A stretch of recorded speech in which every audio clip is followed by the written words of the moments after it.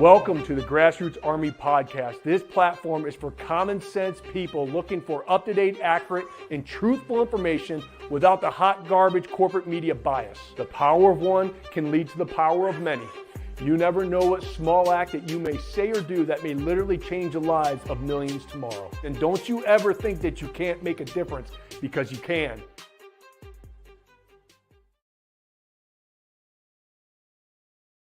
Good morning, my fellow Michiganders. Good morning, my fellow Americans. Welcome to the Grassroots Army podcast. I am, of course, your host, Garrett Sano. And holy cow, did I kick a hornet's nest over in Rochester, Michigan with their school district, their woke school board, by the way, that I've been highlighting over the past year. The video that I shared on all my platforms of a mom very upset has gone viral all throughout the country. Gays Against Groomers shared it last night. And so it is getting lots and lots of traction. Rightfully so, because that is going to be my job, is to continue to expose these things. So we're going to break it down. But there is a Facebook group, I think, and it's called Anybody But Weaver. Okay, so if you guys have been following Rochester schools, if you're familiar with that school board, Trustee Weaver has been standing up for parental rights, for common sense. I don't even think he's a Republican. I think he's more of an independent, but he is just a dad that has stood up against the stuff that he was seeing in the school board. He's like, why are we doing this? Why are we spending money here? Why are we investing into there? Why are we, outsourcing to these law firms, everything else? And he's exposed a lot. And all the guy does is ask questions, and he's demanding accountability. And the woke school board members on there have been nothing but upset at Trustee Weaver, calling out their hot garbage. And it's been interesting to watch, that is for sure. And that's one thing that we need, is good Americans to stand up and call out the hot garbage. They don't like it. They don't like it when you hold them accountable. They don't like it when you're just bringing common sense and logic. And so they will go on the offensive. So this Facebook group called Anybody But Weaver posted this yesterday. Parents are outraged that fascist loser Garrett Sano is bringing his alt-right views to RCS. Okay, so we're going to break that down, and I'm going to show you the video that I posted. Okay, remember, they're labeling me, and this is what they do. I've been through this for the past 4 years, 2 months and 27 days, standing up against the lockdowns and the mandates, everything that they've been trying to do. So when they throw out these kind of terms, calling you a fascist and everything else, it just shows you that you're over the target and you got to keep hammered down. So let me show you the video that they were so upset that I posted yesterday. Okay, so here we go. A mom just upset, rightfully so, about the several of the school board members combining themselves to run. This is the thing with school boards. You have to remember, school boards should be kind of like judges. They should go in there and be not affiliated with any political party, the right and the left. Okay, just bring common sense and logic and do what's best for these kids. Represent everyone in that community to the best that you can. I know it's not always black and white. Somebody's always going to be upset, but you can't sacrifice the constitutional rights of the whole, for the very, very few. And that's what's happening with them force feeding this cultural ideology down all these kids' throats, especially in some of these school districts without parental consent. And that's wrong. That's not common sense. That's not logic. And so this mom called out this woke group that are running as a group, as a Democratic Party, basically, that went to a pride festival, right, with all this other shenanigans going on, and they get called out and they get upset. So this is what I posted, and this is why I was called a fascist. Here we go. I have 2 graduates and 1 child presently in the school district. Dear voters, let's just address the elephant in the room. As last time when I spoke, this board majority makes horrible, awful, no good, very bad decisions. Last time I was about the promotion of Neil DeLuca. He was the principal in charge when a teacher drugged and raped a teenage student here in this building. And that litigation is still ongoing, but Neil got his promotion to Debbie's spot Remember her? She's the one who made fatal decisions causing a parent to lose their job. This time it's about campaign locations. Can you imagine? One hopeful and 4 current trustees collectively decided that they would become silver level sponsors at Pride in the Park, the very same event where multiple men dressed as drag queen women performed in front of young impressionable children. Now, I'm not casting stones on any adults who were there. I've seen drag queen shows myself, and they can be entertaining. But they're for adults, and I'm sure some of you may have seen photos contained in the board packet or online local social media sites. If you haven't, I suggest you look. It's not very family friendly. Children, especially those of grade school age, should not have that kind of adult burden foisted upon them. And those 4 trustees here at this table contributed. Honestly, what is it with you people? Sponsoring an event that promotes kink. Was your son there too, Trustee Blake?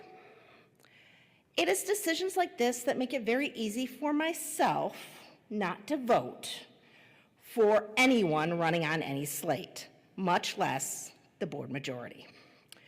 Give me free, independent thinkers that can make adult decisions. Collectively, the 4 of you are failures. And the guy running with you, oh my God, talk about 30 stupid. seconds. The guy is a grandpa, yet he wants kids exposed to kink. That was his second horrible decision. His first was running with you 4. So voters, I know you're smarter than this. Do you really want to vote for people who support kink to make decisions for you? For your kids? Please choose wisely this November. Thank you. Sounds like common sense to me, right? So this is what's happening. And this is unfortunate. Look, like when you run for school board, and this is what they're trying to do is, and we all know this, and I'm sure there's some school boards out there that are also doing this, like they're running as conservatives. We really just need unbiased people that are going to go into these school districts and just do common sense, not affiliated, not publicly affiliated with any party and going to, like this pride parade or festival or whatever, where there was kink, right? And these 4 trustees that are all Democrat, by the way, are obviously sponsoring this event and showing up. It's a bad look. You're supposed to represent all your constituents in that school district. Okay. You're not running for a political office to be a Republican, a Democrat, or anything else. You're there to represent the kids. And so this person, and I want to analyze this because when you're called a fascist and everything else, and I've been labeled a fringe right person for over 4 years, and I still shake my head at that. I just think that I talk common sense, and I'm going to show videos of it today just to prove my point. But when people say things like this, it just kind of makes you scratch your head and go, like, what have you been watching? Okay, so this mom posted this yesterday. I'm going to read it if you guys can't see it. Her name is Cameron, and she said after that video, "You are just as crazy, but on the far right. The majority of Rochester parents just want a board of education that has no political biases. You're not in our district. Please don't pretend you are doing anything helpful." That's what she said. Okay.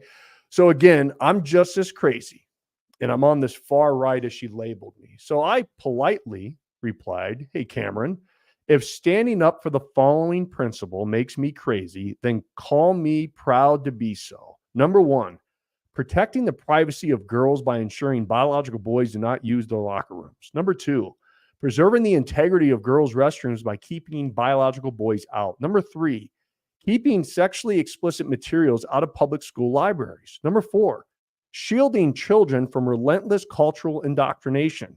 Number 5, defending the fundamental rights of parents in their children's education. Number 6, refocusing our curriculum on the core subjects, math, science, reading, and history. Number 7, opposing any and all mandates always. If these values make me far right crazy, then I embrace that label because to me, this is just common sense and logic. And that truly is. And that's where, it's interesting when you're just standing for those principles right there. Just the 7 of them that I listed, those 7, you're considered this far right crazy. And most of us sit back, and that's what they try to label you as a fascist. That's what I am for standing up for that, is I'm a fascist. Okay. To me, that's common sense. Well, maybe not to the progressive left and what they're trying to do without the parents' consent, by the way. And I'm going to show a video in the same school district. Her dad was very upset that this happened without him being notified. But that allows us, for standing up for this stuff, to be crazy. Because I've been standing up for the past, literally, I did the math, 4 years, 2 months, and 27 days. Every single day I have been involved some way, somehow, standing up for we the people. I truly have. I've been at school board meetings. I've been to my own school board meetings. I've been around the state, standing up for a lot of different things. Okay. So I'm going to show you a couple of videos of just that. So it allows the people who are new to follow me understand that what I've been trying to do over the past 4 years, 2 months, and 27 days, that now I'm labeled a fascist. So here we go. It is worth it to speak up and voice your frustrations. I want to talk to every single athlete here today. The power of one can lead to the power of many. Let them play.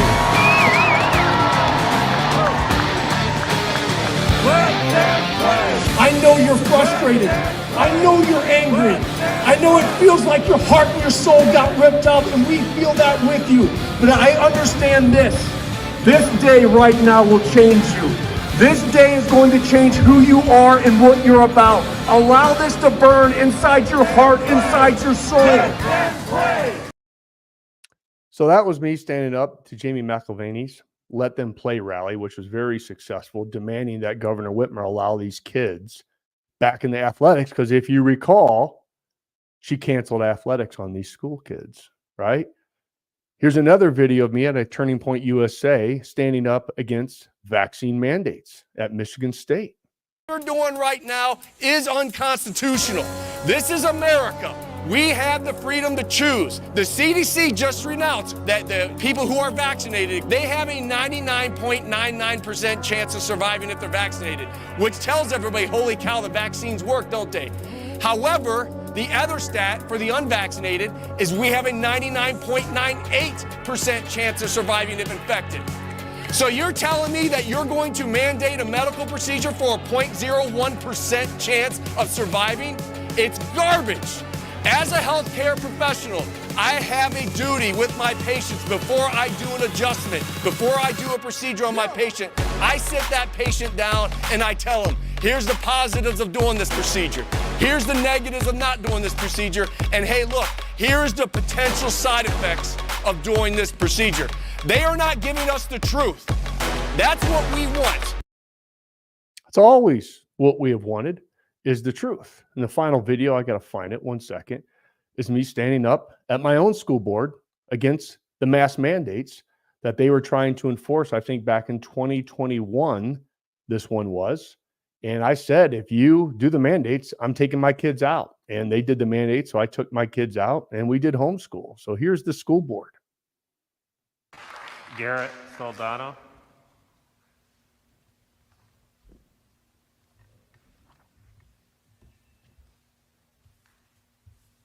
Number one, just to reiterate, you guys are all in a tough position, and I thank you for listening us out. And I just want to tell everybody here on both sides of this equation, you all inspire me.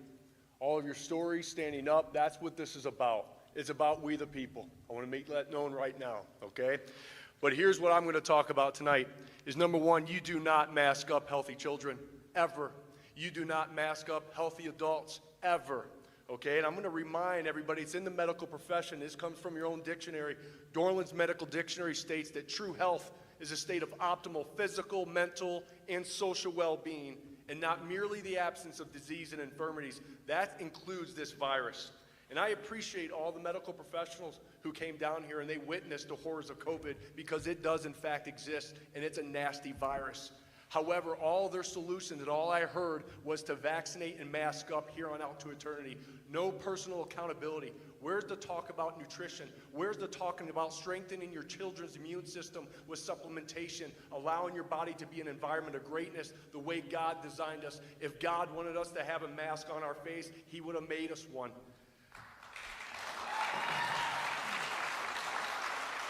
I hear a lot with the vaccination. Well, let's look at the results, folks. 99.99% survival rate. But you know the people who are not vaccinated, the survival rate of this virus is 99.98. So for a 0.01%, we're even talking about possibly mandating this in our country. And your argument is saying, hey, we're trying to protect the teachers, which I get. But the risk of a child contracting this virus, giving it to the teacher, and the teacher actually dying is so astronomically small, I don't think there hasn't even been one case. And for the physician that came up here and said, we don't get to have a personal choice with regarding health, that's garbage. We live in America. We have freedoms. We always have a choice. We have a choice as parents. We have a choice as Americans on how we want our kids to be raised. And just like that gentleman said, it is your job to give our kids an experience, a positive experience, not bring down the hammer. Earlier this year, there was a study done that compared Florida counties, and the counties that had mask mandates versus the counties that did not have mask mandates. The counties with mask mandates in place did worse. The counties that did not have a mask mandate actually did better, and they also included population density in the study. Then they went further and started comparing other states, and they found the states with mask mandates had 27 cases per 100,000. The states without the mask mandate had 17 cases per 100,000. They concluded that mask mandates do little to stop or even slightly curb the spread of COVID-19. 2 days ago, Fauci came out and was on record as saying, hopefully, and I repeat, hopefully making young kids wear masks won't have a long-lasting negative impact. And I know there are 2 medical doctors on this board, and it is your Hippocratic oath to do no harm. And Fauci comes out and he said he hopes that there's no long-lasting side effects basically to mask wearing. Unbelievable where we're at. It's time to lower the fear. It's time to look at the true science and data that's out there, not the political science and polling data that people continue to run with. It is up to you to make the choice on what you want to do, but I'm telling you right now, and a lot of parents agree with me, Sir, if you I could sum will up be in 30 pulling my seconds. child from this school if you guys mandate anything, because it's up to the parent. Thank you. That brings back horrible memories, doesn't it? That was back in, I think, August of 2021 when my children's school decided, even after that, and the majority of the parents that stood up to that school board that night were not for the mask mandates. And even with 2 medical doctors on that board, they still went forward, which we all know that they were 100% in the wrong. Okay. The reason I show that is because, like I said, there's new people following me. I've been in this battle for 4 years, 2 months, and 27 days, every single day, nonstop. I have not let up on the accelerator, and I will continue to be in the fight some way, somehow, because I believe in what we're doing, because what's happening to our children especially is wrong. So I'll take the arrows from these crazies calling me a fascist and defaming my name. I just don't care. My skin has become very thick over the past 4 years. But it's wrong what they're doing. And everything that I said in that school board meeting back in 2021 was proven, in fact, to be 100% right. Right. And so that's why, number one, for all the parents who are standing up at these school boards, thank you. You guys are making a difference. I know it just seems like you're busting your head against the wall, but this just gives you fire in your community to get behind the good people who want to run, to just bring common sense, not a political ideology. Let me make that point very clear. Don't bring your political bias, just do common sense. And the common sense, which I've already stated, protecting the privacy of girls by ensuring biological boys do not use their locker rooms, keeping biological boys out of women's sports, right? Keeping biological boys out of restrooms, the girls' restrooms, keeping sexually explicit books out of the school library, shielding children from relentless cultural indoctrination, right? Defending the fundamental rights of parents. Parents' rights matter. The government, the state does not own your kids. Refocusing on our curriculum on math, science, reading and history, the basics, opposing any and all mandates. Always. You always should have a choice. You always should have a choice.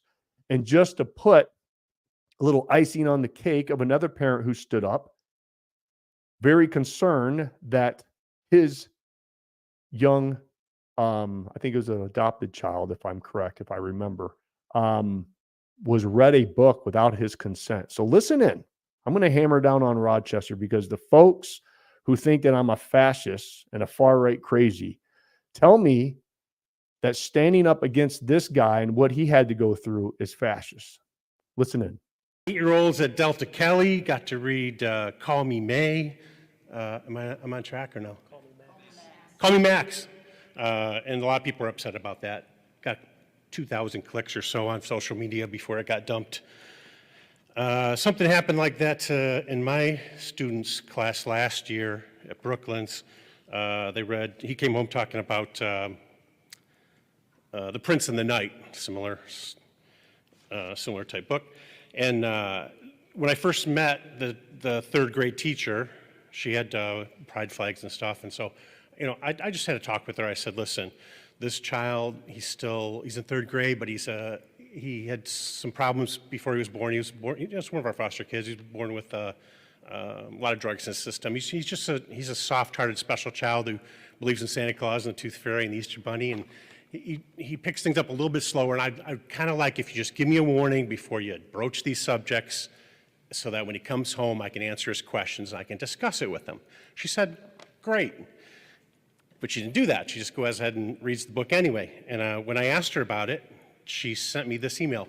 I was so excited about adding our new books to the classroom.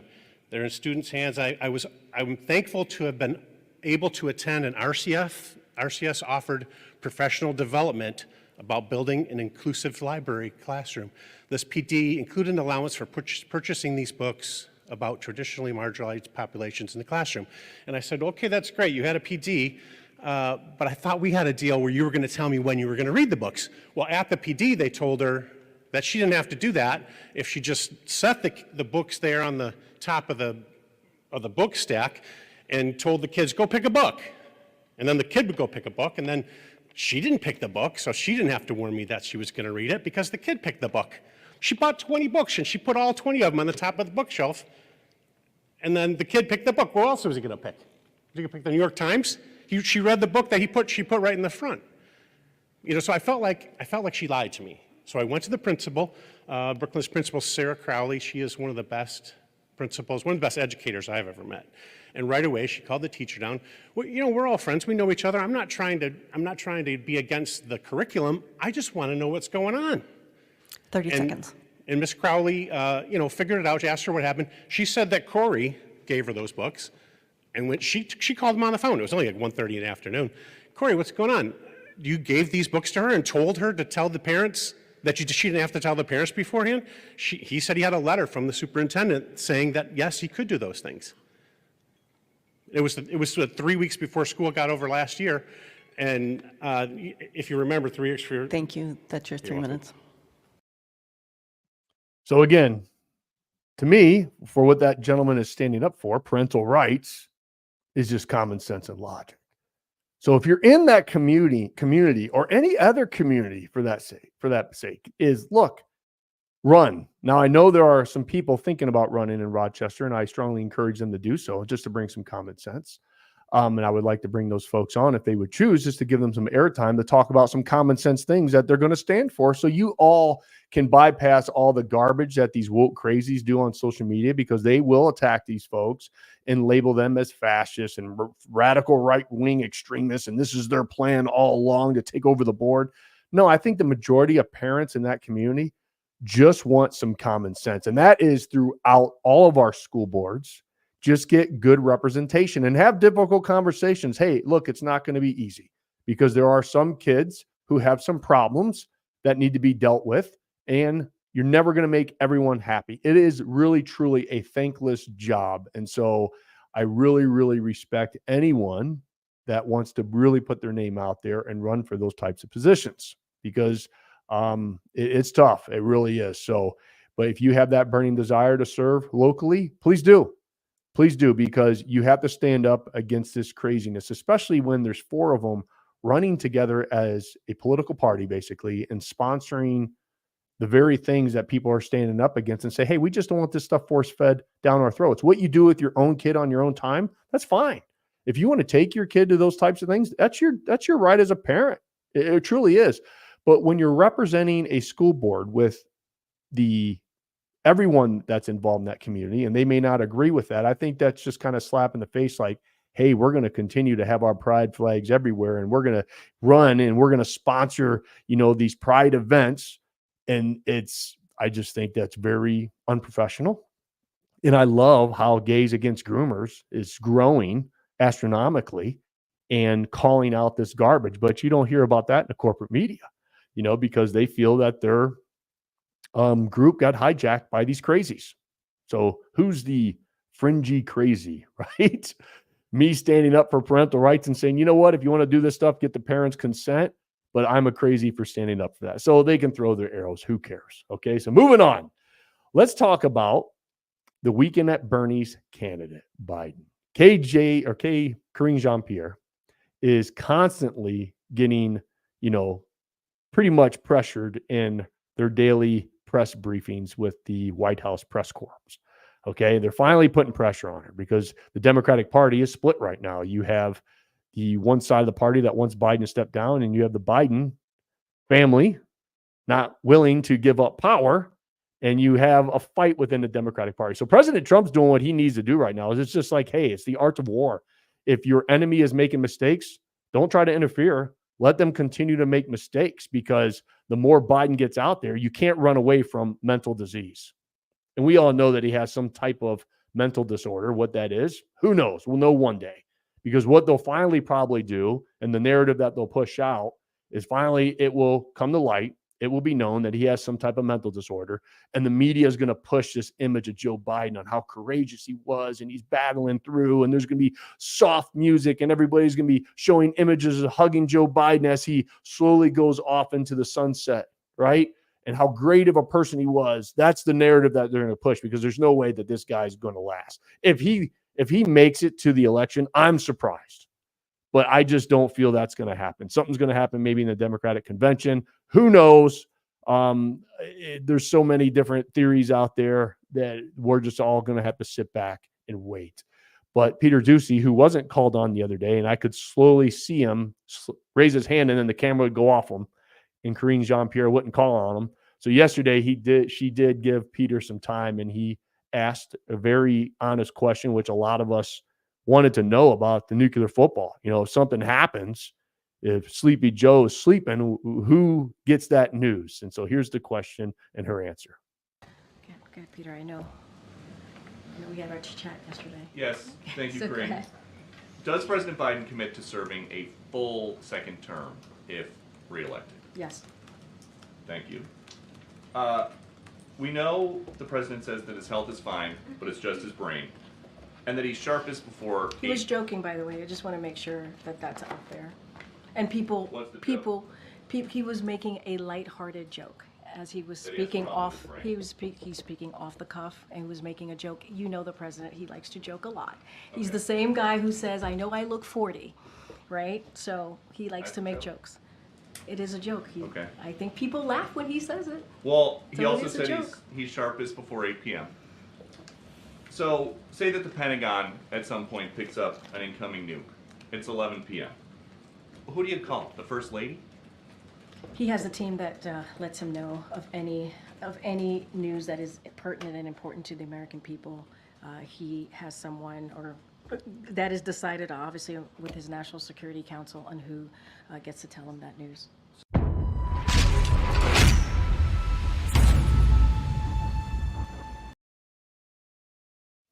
Great questions. And so they'll continue to dance around it. And the last thing I want to share with all of you today is our merch store is open, thegrassrootsarmy.com. Here is a lineup of some of our merch. This merch was designed for you to take a stand, okay? And so I'll be doing personal commercials on all of these, but make sure that you're going there, thegrassrootsarmy.com. Get your t-shirt. This is a great lineup for you to take a stand for what we believe in, and it's time. It's time to be proud of what we stand for. To me, it's just common sense and logic, but make sure that you go to thegrassrootsarmy.com store and get your merch. The store is going to be open. We're going to try to keep it open from here on out. All right. So that's all I got for you today. Keep standing up, keep running for local office, and together as a movement, we will continue to inspire positive change in our beloved communities, our state, most importantly, our country. God bless you. God bless the state of Michigan, of course, and always God bless these United States.